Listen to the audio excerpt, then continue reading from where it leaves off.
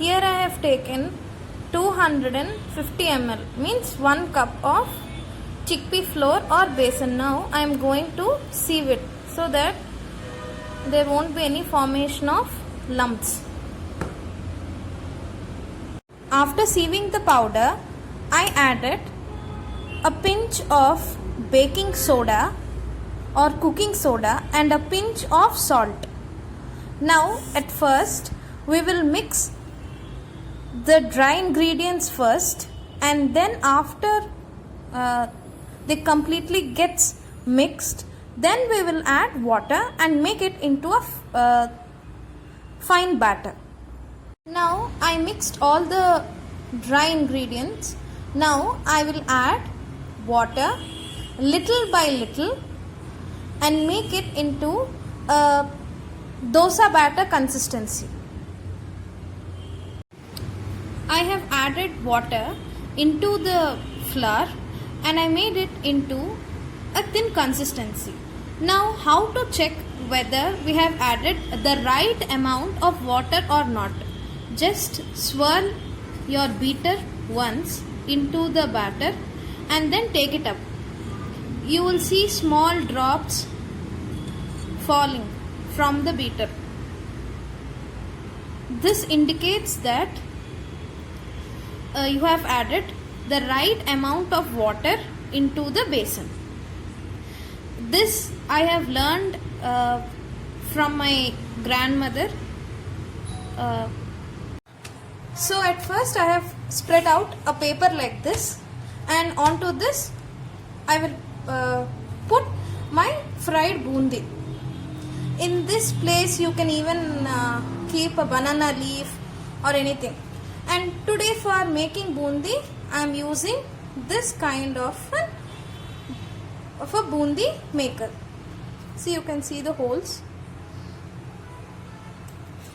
If you do not have this, you can use a regular colander or a curry grater, a vegetable grater, anything, which I have shown you how to make in the previous episode, that is Karakajam episode.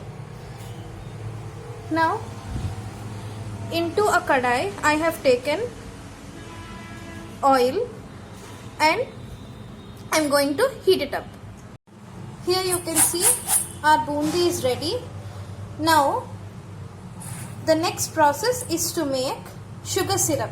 Now while making bundi you need to remember two things, that is your oil has to be hot, and the second thing is every time you make the fresh bundi, clean your bundi maker, the back side of the bundi maker, so that the basin doesn't clog and you will get a nice shape of the bundi. Here I have taken 3/4 cup of sugar and half a cup of water. You can increase or decrease the sugar quantity according to your taste. Now we will cook this sugar syrup until the sugar syrup sticks. When you touch the sugar syrup, it has to just stick to your fingers. That's it. No need of a single string consistency or double string consistency. Here you can see, I'll show you.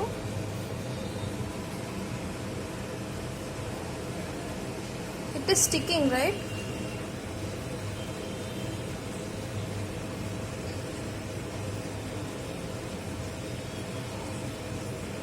This sticking is enough.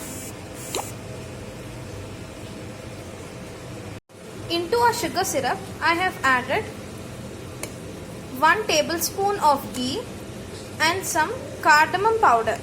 We add ghee because our laddus become glossy on adding ghee. Adding ghee is optional. If you want, you can add, otherwise you can skip. In this time you can even add edible camphor also along with cardamom powder, that enhances the taste. Now at this time I will add the bundi into it. So after adding the fried bundi into the sugar syrup, I added a pinch of red food color into it. That is completely optional. If you want, you can add, otherwise you can skip. Now At that stage itself, you can make round laddus.